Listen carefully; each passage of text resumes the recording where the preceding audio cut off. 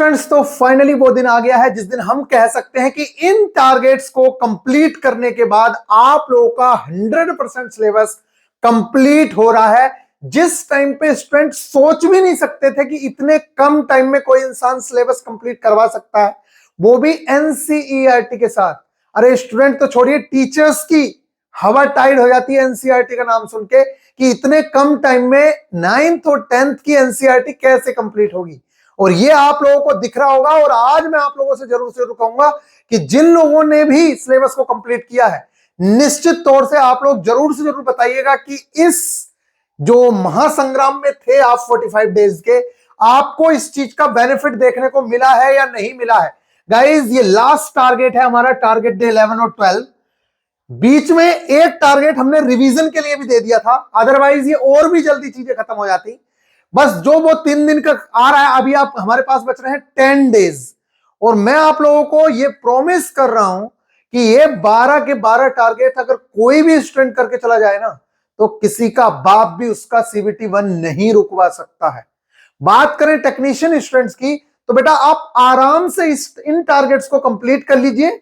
जैसे ही इनका exam complete होता है, उसके बाद आप लोगों के लिए स्पेशली कुछ सेशंस और प्रोवाइड करवा दिए जाएंगे जिन चैप्टर्स के आने के चांसेस हैं, जैसे कि कुछ साइंस में चैप्टर्स हैं जो मैंने आप लोगों को बता रखे हैं। और आपके साथ हम पूरी तरीके से कनेक्टेड हैं, इसलिए आपको टेंशन लेने की आवश्यकता नहीं है। स्पेशली जिन लोगों ने ये इस बैच के अंदर थे, उन लोगों से मैं कह रहा हूं कि आपके जो नोट्स हैं वो आपके टेलीग्राम चैनल पे भी अपलोडेड है और कुछ नोट्स एप्लीकेशन पे हैं। इसलिए एप्लीकेशन पे होने के साथ साथ आप टेलीग्राम चैनल को जरूर से जरूर देखिएगा। उसमें सारे के सारे फाइल्स वाले सेक्शन में आपको नोट्स दिख जाएंगे, उन नोट्स को डाउनलोड कर लीजिएगा। और स्पेशली रीजनिंग के नोट्स, बायो के नोट्स और स्टैटिक जी के, इन 2-3 चीजों के नोट्स के प्रिंट निकलवा लीजिएगा। आपको बहुत आसानी होगी रिवीजन करने में अगर आपने नोट्स नहीं बनाए हैं तो। एक सलाह मेरी ये है, क्योंकि लास्ट टारगेट है, बाकी चीजें तो मैं दूंगा ही, बेटा रिवीजन जितना ज्यादा कर सकते हो ना उतना ज्यादा करना। मैं कह रहा हूं ये पूरा टारगेट जो है ना 11 से 12 का जो टारगेट है, इसे अगले 8 दिन में आप कंप्लीट करिए। 8 दिन में, 10 दिन का पूरा समय है, मैं कह रहा हूं 7 दिन अगले हफ्ते में कंप्लीट करिए। लेकिन हर दिन पिछला एक टारगेट कंप्लीट करिए, मतलब रिवाइज करिए पिछला एक टारगेट। और फिर इसमें जो टाइम बचे आपके पास, फिर आप इस टारगेट का कुछ हिस्सा कंप्लीट करिए। इस तरीके से अगले 7 दिन के अंदर, 8 दिन के अंदर आप पूरे पीछे के टारगेट्स भी कवर कर लोगे।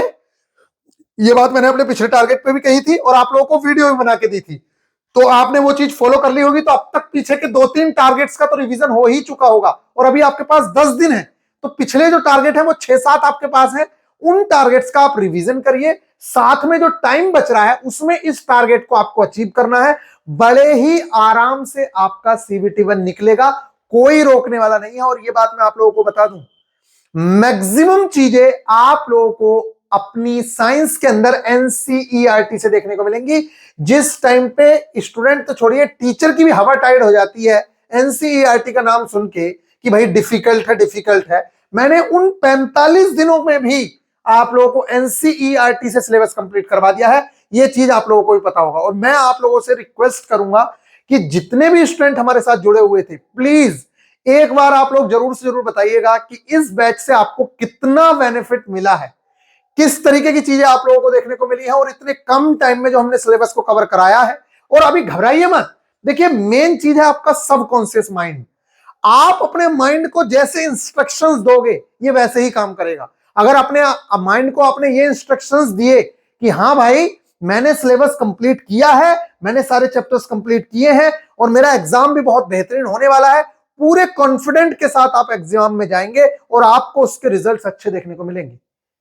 और अगर आप रोते रहे कि मेरा तो ये भी कंप्लीट नहीं है, ये भी कंप्लीट नहीं है, जबकि मैं इस चीज को जरूर से जरूर कह सकता हूं कि मैक्सिमम चैप्टर्स, यहां से आप कोई सा भी चैप्टर उठा लीजिए जो इंपॉर्टेंट है, चाहे वो केमिस्ट्री के यहाँ के सारे चैप्टर्स हो, ये वाले चैप्टर्स हम इस बार कवर कर लेंगे।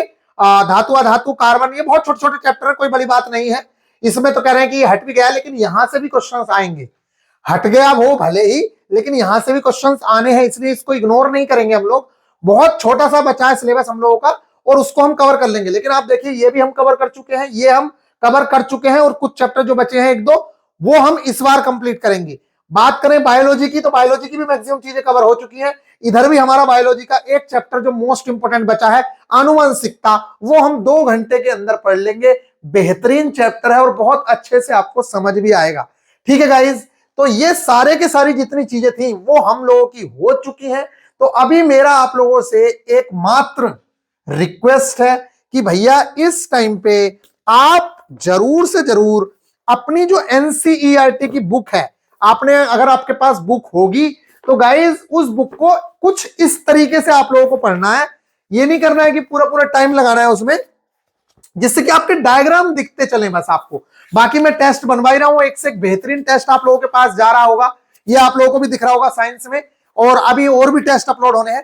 तो गाइज जैसे ये चैप्टर है तो इस चैप्टर को आपको पलटना है और जो मार्किंग है मोस्ट इंपोर्टेंट की उस चीज को देखना है। जहां पे न्यूमेरिकल्स आ रहे हैं उसको एक बार नजर दौड़ाते ही पता चल जाता है कि इसमें ये फॉर्मूला लगेगा, हो जाएगा। अगर नहीं हो रहा है तो एनसीईआरटी के उस न्यूमेरिकल को करके देखना है। ये मैं इसलिए कह रहा हूं बार बार कि जब आप पेपर में बैठेंगे तो आपको लगेगा कि सारे के सारे क्वेश्चंस तो वहीं से उठ के आ रहे हैं, एनसीईआरटी की डिट्टो लाइन से उठ के आ रहे हैं। तो उतना ज्यादा पढ़ने से अच्छा है कि आप पहले अपनी एनसीईआरटी को कंप्लीट कर लें।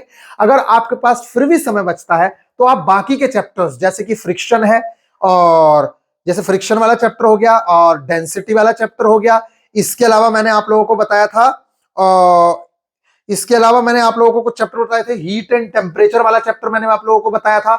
इसके अलावा अगर आपके पास टाइम है तो प्रोजेक्टाइल मोशन के फॉर्मूलाज देख लीजिए। बाकी आने की इतनी ज्यादा उम्मीदें नहीं है, लेकिन फॉर्मूलाज आप देख सकते हो।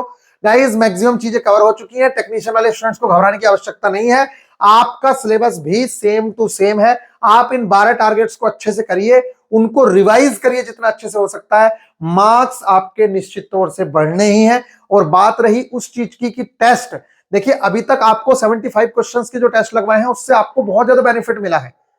क्यों? क्योंकि आपकी प्रैक्टिस हो गई है 1 घंटे में 75 क्वेश्चन करने की, और वहां आपको 90 मिनट के अंदर 100 क्वेश्चंस करने हैं। तो आपके लिए वो बहुत ज्यादा आसान हो जाएगा। तो ये हम बहुत अच्छा करते हैं। हम लोग टेक्स्ट बुक पे भी टेस्ट लगा ही रहे हैं और अपनी एप्लीकेशन पे भी कंटिन्यूस टेस्ट लगा रहे हैं। उससे ज्यादा आपको टेस्ट लगाने की बिल्कुल भी आवश्यकता नहीं है। इससे ज्यादा अगर आप लोग इधर उधर के चक्कर में पड़ोगे तो सिर्फ फंसोगे ही और कुछ नहीं होना है। और बाकी आपके 100 क्वेश्चन के टेस्ट भी हम लोग बनवा रहे हैं जो आप लोगों को प्रोवाइड करवाएंगे। उन टेस्टों को आप लोग लगाइएगा। गाइज बात कर लेते हैं आप लोगों की जो मोस्ट इंपोर्टेंट चीजें हैं, वो है हमारा जो टारगेट है कि भैया हम लोगों का जो टारगेट आ रखा है कि अब हम देखते हैं, ये है हमारा टारगेट। तो देखिए सबसे पहले नंबर पे मैं बार बार कह रहा हूं, ये मैंने क्यों लिख के दिया है। आपको लग रहा होगा भैया ने इतनी सारी चीजें क्यों लिख दी। ये मैंने सिर्फ इसलिए लिख के दिया है कि अगर टेक्नीशियन का स्टूडेंट है, उसके पास टाइम है, तो निश्चित तौर से वो इस चीज को कर सकता है। और ये कहां मिलेगा, इसके सारे के सारे जो नोट्स हैं वो मैं आप लोगों को प्रोवाइड करवा चुका हूं संविधान के अंदर। तो आप ये सारी की सारी चीजें संविधान के अंदर पढ़ सकते हैं, इसलिए आपको कोई भी आवश्यकता नहीं है फालतू चीजों की। और दूसरी चीज, एएलपी वाले वो स्टूडेंट जिन लोगों को बहुत लेट उन लोगों ने शुरू किया है, एक भी बार सिलेबस कंप्लीट नहीं किया है, वो लोग इस चीज के पीछे बिल्कुल भी ना पड़े। मैंने उन्हें जितनी स्टैटिक जीके अब तक कवर कराई है, या मैंने जो स्टैटिक जीके के नोट्स दिए हैं और उसके साथ मैंने आपको जो करंट के नोट्स दिए हैं, उतना कर लो, आपके लिए इनफ है। इन सब चीजों के चक्कर में आप मत पड़िए। मैंने तो सिर्फ इसलिए दिया है कि आप एक बार देख सको कि हमारे जो पुराने स्टूडेंट भी हैं वो इन सब चीजों को कवर किए हैं। और जब ये पेपर में फंसेंगी चीजें तो आपकी नजरों में आएगा कि टारगेट अगर हम पहले से अचीव कर लेते, 200-250 रुपए का लालच नहीं करते, तो आज हमारी सारी की सारी चीजें कवर हो रखी होती। ये सारी की सारी चीजें कवर हो रखी हैं पिछले बैचेस में, पिछले हर किसी बैच में सारी चीजें कंप्लीट हुई हैं। मैं तो आपको भी कवर करवा देता, लेकिन बात ये हो रही है कि इन चीज के चक्कर में पढ़ के आप लोग अपनी मेन चीज खो दोगे। इसलिए पूरा फोकस साइंस पर, मैथ्स पर और रीजनिंग पर रखिए। और उसका भी क्रम क्या होना चाहिए, तो सबसे पहला क्रम फिजिक्स को इंपोर्टेंस आप लोगों को देनी है, दूसरे नंबर पे केमिस्ट्री को, और तीसरे नंबर पे बायो को, और फिर रीजनिंग को, और उसके बाद मैथ्स को। इस तरीके से आपकी इंपोर्टेंस होनी चाहिए जिसमें आपके सबसे ज्यादा मार्क्स खिंच सकते हैं। सबसे पहले नंबर पे अगर मैं प्रायोरिटी की बात करूं, सबसे पहले नंबर पे तो जो कम टाइम में आपको सबसे ज्यादा मार्क्स दिलवा सकती है वो रीजनिंग है। इसलिए सबसे ज्यादा फोकस रीजनिंग पे रखिएगा। इसके नोट्स भी दिए मैंने, प्रिंट निकलवा लीजिए निकाल के और रिवीजन कर लीजिए। बात कर लेते हैं दूसरे नंबर पे, तो वो फिजिक्स है, तीसरे नंबर पे केमिस्ट्री है, चौथे नंबर पे मैथ्स आता है, पांचवें नंबर पर बायो आती है, छठवें पर स्टैटिक जीके आती है, 7वें पर करंट आती है, और उसके बाद आपका जो मन करे वो पढ़िए, जो ना मन करे वो मत पढ़िए। बस बात कर लेते हैं साइंस की। तो बस सीधा सा मतलब समझिए कि हम लोग 2 टारगेट कंप्लीट कर रहे हैं। तो साइंस में हमारे 3 चैप्टर्स बचे हैं। जो पहला चैप्टर है मेटल्स एंड नॉन मेटल्स, ठीक है, उस चैप्टर को भी हम कवर करेंगे। टेंशन मत लीजिएगा, सिर्फ 1.5 से 2 घंटे में हम लोग चैप्टर को कवर कर लेंगे, और उसके प्रीवियस ईयर भी कर लेंगे। हमारे पास काफी समय है, घबराने की आवश्यकता नहीं। देखिए, अब या तो हार मान के बैठ जाइए, अरे आपके सामने किसी इंसान ने पूरी जी जान लगा के आपका सिलेबस इतनी कम टाइम में निपटा दिया। आप लोगों को अपने अंदर वो क्षमता रखनी चाहिए कि निपटाया है हमने। आप घबरा क्यों रहे हो? सब लोग कर रहे हैं ना। अब देखिए, गलती तो कहीं ना कहीं आपकी भी है कि आप लोग बहुत लेट ज्वाइन हुए। ऐसा तो नहीं है कि आज से ये चीजें चल रही हैं, इससे पुराने सारे बैचेस में बहुत आराम आराम से चीजें हुई हैं। 6-6 महीने में बैचेस कंप्लीट हुए हैं। तो अगर आपको कम टाइम मिला है तो निश्चित तौर से थोड़ी सी मेहनत तो ज्यादा करनी ही पड़ती है। तो गाइज, हमारे पास एनसीईआरटी के 3 चैप्टर्स हैं। मेटल्स एंड नॉन मेटल्स है, 2 घंटे का चैप्टर है। इसके बाद कार्बन वाला चैप्टर है, 1.5 से 2 घंटे का वो चैप्टर है। पीरियोडिक टेबल है, 2 घंटे की है। और सच बताऊं तो बहुत अच्छे टाइम से आप इन चैप्टर्स को कर रहे हो, क्योंकि लास्ट टाइम पे केमिस्ट्री भूल जाते हैं अगर पहले भी पढ़ी होती है तो। अगर आप इस टाइम पे पढ़ेंगे और पुरानी चीजों का रिवाइज करते चलेंगे तो निश्चित तौर से आपका 100% सिलेबस एग्जाम से पहले पूरा हो रहा है। और ये बहुत अच्छी बात होती है, क्योंकि मान लेते हैं किसी ने 4 महीने पहले भी पीरियोडिक टेबल पढ़ी थी, तो अब वो फिर दोबारा भी पढ़ेगा ना। तो ऐसा तो है नहीं कि बेटा आपने कभी नहीं पढ़ा होगा, कभी तो पढ़ी होगी। तो अगर आप इस टाइम पे पढ़ेंगे तो नया नया भी रहेगा, आपको चीजें याद भी रहेंगी। तो घबराने की आवश्यकता नहीं है, उतना आपको जरूर से जरूर याद रहेगा जो आपको एग्जाम में हो जाए काम। तो ये बहुत अच्छे टाइम से आप लोग केमिस्ट्री कर रहे हैं, इसलिए घबराने की आवश्यकता बिल्कुल भी नहीं है। तो उन तीनों चैप्टर्स को हम करेंगे। इस बार हमने इसमें डाला है class 9th NCERT chapter number 3 धातु एवं अधातु। बहुत इंपॉर्टेंट चैप्टर है, मार्किंग में प्रोवाइड करवाऊंगा, मार्किंग से देख लीजिएगा। बाकी चैप्टर नंबर 4 है carbon and its compound, most important chapter है, इस चीज को भी हम कवर करेंगे। बात रही हेरिडिटी एंड इवोल्यूशन की, तो वो आनुवंशिकता वाला चैप्टर है, वो मैंने आप लोगों को बताया, वो तो मैं करवाऊंगा। 2 घंटे का एक चैप्टर बचा है बायोलॉजी का, बस पूरी बायो कंप्लीट है, मैक्सिमम चीजें उसी से आएंगी। बायो के डायग्राम जरूर से जरूर देख लेना, वो मैं आप लोगों को प्रोवाइड भी करवाऊंगा, ठीक है। ये चीजें कवर हो जाती है। Most important pages of one liner science, वो मैं आप लोगों को प्रोवाइड करवा चुका हूं, उसको प्रिंट निकाल के पढ़ते रहना, वन लाइनर क्वेश्चंस वहां से फंस जाएंगे, ठीक है। बात कर लेते हैं आप लोगों की मैथ्स के टारगेट की। तो मैथ्स में हम लोगों के पास 3 चीजें बच रही हैं, उसमें से भी हम कुछ चीजों का कुछ पार्ट कवर कर चुके हैं, जैसे कि ट्रिगोनोमेट्री का।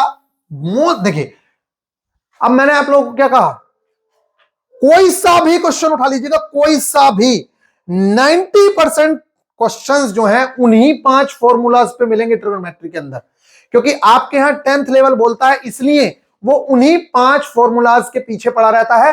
और अगर उन 5 फॉर्मूला से आगे बढ़ता है तो बस वो फॉर्मूला है sin 2 थीटा, cos 2 थीटा और tan 2 थीटा वाले, बस।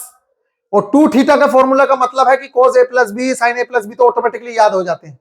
a प्लस बी से आते नहीं है, लेकिन मैक्सिमम क्वेश्चंस उन 5 फॉर्मूलाज से आते हैं जो मैंने आप लोगों को ट्रिगोनोमेट्री का लेक्चर कंप्लीट कराया है। आप ना मानो तो प्रीवियस ईयर की बुक उठा के देख लो, अगर सारे सवाल उससे ना मिल रहे हो आपके, तो आप मेरे से कह देना आके। 1-2 क्वेश्चंस तो हो सकते हैं, लेकिन 95% क्वेश्चंस उन्हीं फॉर्मूलाज से हो जाते हैं। इसलिए आप उन 5 फॉर्मूलाज को, जो मैंने अपना 1 घंटे का लेक्चर दिया है ना, अगर आपने सिर्फ वो भी देख लिया ना, मैं आप लोगों को कह रहा हूं, अगर ट्रिगोनोमेट्री के 3 क्वेश्चंस आ रहे हैं, उसमें से 2 क्वेश्चन अटेम्प्ट कर लोगे आप लोग, ठीक है। तो आपको ये डिसाइड करना है कि मेरी लिमिट्स कितनी है तो बहुत, लेकिन आपके यहां कितना आता है ये आपको पता होना चाहिए। सेम ज्योमेट्री का हाल है।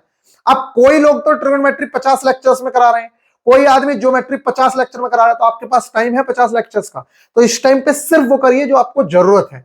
ऐसी ही चीजें मैंने आप लोगों को प्रोवाइड करवाई हुई है। तो हमारे पास बच रहा है ट्रिगोनोमेट्री, ज्योमेट्री, ये हम चीजें कवर करेंगे बेहतरीन तरीके से, ज्यादा नहीं करेंगे, जो हमारे काम की हैं वो हम चीजें कवर करेंगे। हाइट एंड डिस्टेंस जो चैप्टर है वो ट्रिगोनोमेट्री के अंदर ही आ जाता है। बस एक डायग्राम एनालिसिस चैप्टर है, ये कुछ नहीं है, सिंपल सी चीजें हैं, वही डायग्राम से रिलेटेड जो क्वेश्चंस आते हैं, तो अगर देखना चाहो तो देख लेना। मतलब जो नए टाइप के क्वेश्चन है, मैं कह रहा हूं जो भी चीजें बची हो ना रीजनिंग के अंदर, सारे चैप्टर्स हो चुके हैं, जो मेन चैप्टर्स है सारे के सारे, ठीक है। इनइक्वालिटी से आपके यहां ज्यादा क्वेश्चंस आते नहीं है, फिर भी मैंने इनइक्वालिटी का आपको लेक्चर दिया है, उससे आपका काम हो गया होगा, ठीक है। जो 30 मिनट का ही लेक्चर था, उससे ही आपका काम हो जाएगा। टारगेट डे 11 कंप्लीट वो हुआ, ये है टारगेट डे 12। तो आप लोगों को सबसे पहले तो इस चीज की टेंशन बिल्कुल खत्म कर देनी है, ये वाली टेंशन, ठीक है। ये आपकी बिल्कुल भी टेंशन है ही नहीं, इससे तो आप बिल्कुल खत्म करिए, इसका कोई लेना देना नहीं है, घबराइए मत। 10 नंबर का वेटेज है और उसके लिए इतनी दुनिया भर की चीजें पढ़ने की अभी कोई आवश्यकता नहीं है। अगर आप पुराने स्टूडेंट हैं तो निश्चित तौर से आपने चीजें कर ली होंगी, और स्टैटिक जीके और करंट अफेयर्स पे भरोसा रखिए, उतना ही बहुत है। अदरवाइज दुनिया की इतनी सारी चीजें हैं कवर करने के लिए, क्या क्या चीजें कवर करोगे, इसलिए अपनी लिमिट सेट करना बहुत ज्यादा जरूरी है। तो गाइज अब बात कर लेते हैं यहाँ पे। तो यहाँ पे वो 5th चैप्टर आपका पीरियोडिक टेबल हमने डाला है, पीरियोडिक टेबल, ठीक है। बस इतना ही आपका सिलेबस है, क्या, पीरियोडिक टेबल तक ही आपका सिलेबस है, इसके अलावा आपका सिलेबस नहीं है। अब अगर किसी के पास टाइम बचे तो वो हीट एंड टेम्परेचर भी कर सकता है, वो भी उसका बेसिक, और इसी तरीके से वो बाकी के जो चैप्टर्स हैं जैसे फ्रिक्शन है वो उसको देख सकता है। लेकिन मेरा मानना यह है कि इन सब के चक्कर में आप ज्यादा मत पढ़ो, पहले अपनी एनसीईआरटी को कंप्लीट करो, उसके बाद बाकी की चीजें करना। अब कुछ लड़के होंगे एनसीईआरटी के चैप्टर्स छोड़ देंगे और पहले हीट एंड टेम्परेचर कवर करेंगे, तो ये बहुत बड़ी बेवकूफियत है। जब टाइम बचे तो हीट एंड टेम्परेचर पर जाओ, अदरवाइज करने की आवश्यकता बिल्कुल भी नहीं है, क्योंकि हम पहले करेंगे सिलेबस में जो दिया है, उसके बाद हम बाकी की चीजों पे और बढ़ेंगे। तो बस यही चीजें आपको करनी है, 9th की हो या 10th की एनसीईआरटी हो। मेल देखिए, अब मान लेते हैं मुझसे कोई पूछा कि नहीं भैया मेरे पास तो टाइम ही नहीं है, आप बताओ 9th की करूं या 10th की करूं, तो मेरी सलाह उसको होगी कि पहले 10th की करो, क्योंकि एग्जाम में पिछली बार 10th के लेवल को ज्यादा सीरियस लेके सारे क्वेश्चन 10th से दिए थे। मतलब अब हर किसी का लेवल, अब कोई कहे कि ना जी 10th की एनसीईआरटी में बताओ कि मैं कौन से चैप्टर करूं, तब मैं उससे कहूंगा कि पहले फिजिक्स के तीनों चैप्टर निपटा ले, लाइट वाला, और लाइट के साथ ह्यूमन आई हो ही जाता है, और फिर उसके बाद अपना इलेक्ट्रिसिटी और फिर मैग्नेटिक फील्ड, पहले इन 4 चैप्टर्स को निपटा ले। फिर वो कहे कि अब भैया मेरे पास और टाइम बच रहा है, तब मैं कहूंगा उसको केमिस्ट्री निपटा ले, और फिर वो कह रहा है मेरे पास और टाइम है, तब मैं बायो बताऊंगा। समझ रहे हो? तो हर किसी का स्टैंडर्ड है कि कैसा बच्चा आ रहा है, तो उसी तरीके से आप लोगों को प्रायोरिटी में रखना है। तो अगर आपके पास टाइम है तो एमसीक्यूज तो मैं करवा ही रहा हूं, एग्जाम्पलर भी मैंने मैक्सिमम कराए हैं, लेकिन जिन चैप्टर्स के एग्जाम्पलर बचे हुए हैं उन चैप्टर्स के एग्जाम्पलर जरूर से जरूर देख लेना। इनके टेस्ट भी मैंने अपलोड कराए हुए हैं, तो टेस्ट से ही देख लेना, क्वेश्चंस वहां से देखने को मिलेंगे आप लोगों को। और टेस्ट अगर आप लोगों को नहीं मिले हैं तो वही मैं बताऊंगा कहां मिलेंगे, एक बार जरूर से जरूर। इस बार ये जो चैप्टर्स हैं हमारे, कंप्लीट अलजेब्रा हमें कवर करना है, ज्यादा बड़ा नहीं है, ज्यादा अगर आपसे नहीं होंगे फॉर्मूला याद तो मत करिए, ठीक है। वैसे तो डायरेक्ट फॉर्मूला बेस्ड चीजें आती है, नहीं हो रहा है तो एक आध चैप्टर आप छोड़ भी सकते हो, ऐसा कुछ नहीं है कि सारे के सारे ही लिपटना है आप लोगों को, क्योंकि कहते हैं कि भले ही 10 में से 8 चीजें आपने कंप्लीट की हो, लेकिन वो 8 चीजें ऐसी हो कि अगर उसमें से क्वेश्चन आए तो आप बना पाओ।